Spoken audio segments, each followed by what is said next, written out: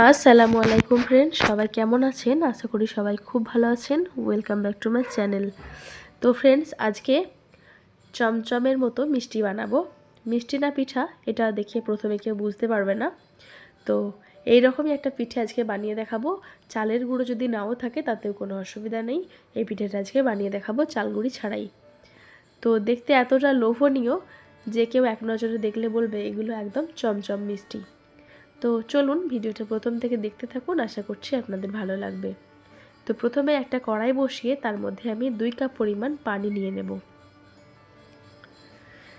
তো একটা যে কোনো পরিমাপ করে নেবেন, সেই পরিমাপ অনুযায়ী সব মাপগুলো নিয়ে নেবেন। তো ওই কাপের আমি 2 কাপ পরিমাণ পানি দিলাম, আর দিয়ে দিচ্ছি 1 চামচ পরিমাণ নুন, আর দিয়ে দেব যেই কাপে পানি নিয়েছি ওই কাপেরই 1 কাপ পরিমাণ সুজি। তো এবারে যেটা করতে হবে, একটা হ্যান্ড হুইস্কের সাহায্যে এইভাবে সুজিটা পানির সাথে খুব ভালোভাবে মিশিয়ে নিতে হবে। অবশ্যই পানিটা ফুটিয়ে নেবেন। তো এই সুজিটা দেওয়ার পরে ফ্লেমটা একদম কমিয়ে দিতে হবে, আর একটা হ্যান্ড হুইস্কের সাহায্যে সুজিটাকে এইভাবে নাড়াচাড়া করলে এর মধ্যে কোনো লাম্পস ক্রিয়েট হবে না, যাতে করে খামিরটা কিন্তু খুব সুন্দর হবে। তো যখন একটু টাইট হয়ে যাবে তখন কিন্তু একটা চামচ ব্যবহার করতে পারেন। আমি এরকম একটা কাঠের হাতা নিয়েছি। এবারে এই লো ফ্লেমে রেখে একদম একটা টাইট ডো তৈরি করে নিতে হবে। একদমই কিন্তু নরম রাখবেন না, যেহেতু এটা সুজি এমনিতেই একটু চটচটে বা আঠালো থাকে, তাই একদমই একটু শক্ত রকমের আঠালো যাতে না হয়, শক্ত ধরনের একটা ডো তৈরি করে নিতে হবে। মোটামুটি একটা শক্ত রকম ডো আমি তৈরি করে নিয়েছি। এবারে এটাকে ভালো মতো ঠান্ডা করে নেব। তো এই খামিরটা ঠান্ডা করতে দিয়ে আমি এখানে ওই পিঠের জন্য এখানে নারকেলের পুরটা বানিয়ে নেব। একটা কোরানো নারকেল নিয়েছি, আর তার মধ্যে দিয়ে দিচ্ছি খেজুর গুড়।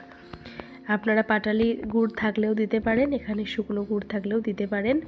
তো চিনি দিয়েও আপনারা এটা করতে পারেন। তো যেহেতু এটা শীতকাল, এখন খেজুর গুড়টাই খুব ভালো লাগে সব পিঠেই খেতে, তাই জন্য আমি খেজুর গুড় দিয়েই কিন্তু নারকেলের পুরটা বানিয়ে নিলাম। এবার এই গুড়টা দেওয়ার পরে একটু ফ্লেমটা কমিয়ে রাখবেন, যাতে করে নারকেলের মধ্যে যে পানি থাকে সেটা বের হয়ে আসে। তো যখন একটু শুকনো শুকনো হয়ে আসবে তখন এর মধ্যে আমি 2 চামচ পরিমাণ পাউডার দুধ দিয়ে দিচ্ছি। এতে করে কিন্তু নারকেলের পুরটার ফ্লেভারটা খুব ভালো আসে। একবার এভাবে পিঠেটা বানিয়ে দেখুন সুজি দিয়ে, একদম সত্যি অসাধারণ খেতে। আর গরম গরম যদি এই পিঠে থাকে এর মধ্যে কিন্তু কোনো গুড় লাগবে না, এমনিই কিন্তু এই পিঠে খাওয়া হয়ে যাবে। তো নারকেলের পুরটা আমার একদম রেডি হয়ে গেছে। আর এখন খামিরটা আমি খুব ভালো মতো ঠান্ডা করে নিয়ে একটুখানি মথে নিয়েছি, আর দিয়ে দিচ্ছি এখন 1 চামচ পরিমাণ ঘি।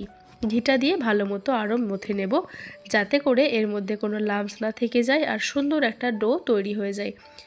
ভালো মতো প্রায় মিনিট 5-7 মতো এটাকে একদম মেখে নিয়েছি, আর খুব ভালো মতো একটা ডো তৈরি করে নিয়েছি। অল্প একটু লেচি কেটে নিয়ে এইভাবে একটুখানি গোল করে নিচ্ছি, তারপর একটা বাটি শেপ দিয়ে নেব, যাতে করে নারকেলের পুরটা ভেতরে দেওয়া যায়। তো আপনারা দেখলে বুঝতে পারবেন আমি কীভাবে পিঠেটা বানাচ্ছি। তো চালের গুঁড়ি যদি না থাকে এভাবে সুজি দিয়ে একবার পিঠেটা বানিয়ে খেয়ে দেখতে পারেন। টেস্টের কিন্তু কোনো হেরফের হবে না, দারুণ একটা টেস্ট ছিল। আর গরম গরম এই পিঠেগুলো সত্যি খুব সুন্দর নরম থাকে, আর খেতে খুব ভালো লাগে। ঠান্ডা হয়ে গেলেও এই পিঠেগুলো নরমই থাকে।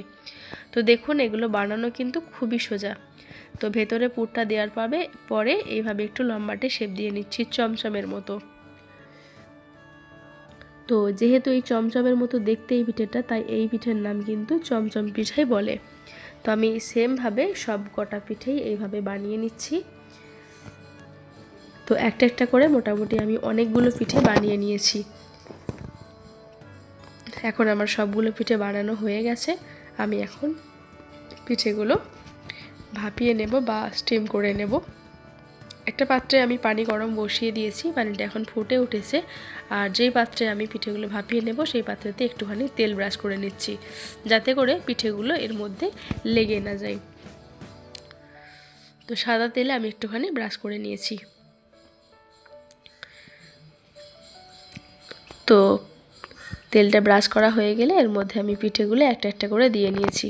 তো আমার মতো ভুল আপনারা কিন্তু করবেন না। প্রথমত আমি অনেকগুলো পিঠে দিয়ে নিয়েছিলাম, যার জন্য পিঠেগুলো যখন স্টিম হয়ে গেছিলো তখন কিন্তু পিঠেগুলো একটার সাথে আরেকটা লেগে গেছিলো, ছাড়াতে একটুখানি অসুবিধা হয়েছে।